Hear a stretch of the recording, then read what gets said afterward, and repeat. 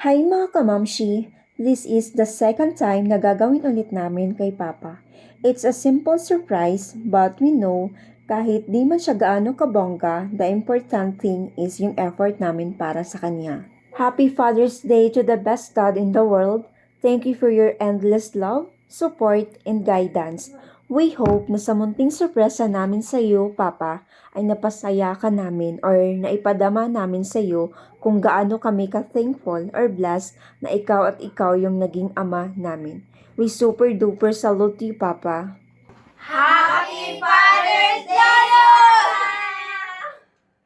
Sa araw ng mga ama, huwag nating kalimutan na ipakita ang ating pagmamahal sa mga taong nagbigay ng lahat para sa atin. Isang simpleng sorpresa, isang taus-pusong pasasalamat, at isang yakap ay sapat na upang maiparamdam sa kanila kung gaano natin sila kamahal at pinahahalagahan.